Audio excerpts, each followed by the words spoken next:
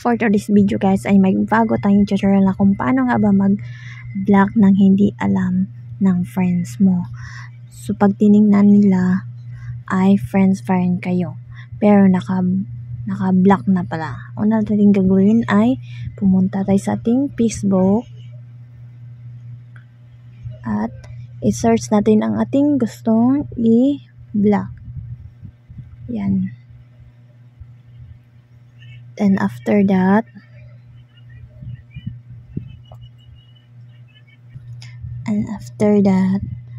makikita nyo, friends kami.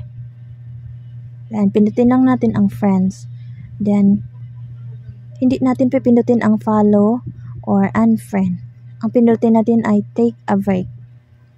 Click natin ang take a break. After that, scroll pababa. Dito tayo sa see option. See list of Christmas profile. Pinutin natin yan.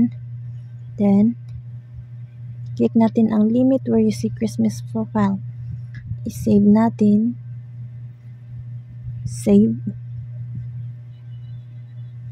Then, sa baba, limit what Christmas profile will see. See option. Then, ilagay natin sa baba, hide your post from Christmas profile. Pinutin ang okay. Then, sa baba naman, who can see your fast post? Edit who can see fast post. And then, ilagay natin ang edit all my posts and posts I'm tagged in. Click natin ang okay. Then, done.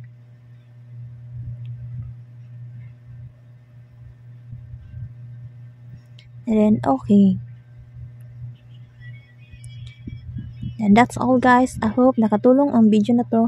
At kung mayroon kayong katanungan, comment down below para masagot ko kayo sa next kong video. And kung hindi pa nakapag-subscribe, please subscribe and share para update kayo sa next kong bagong tutorial video. Maraming salamat guys.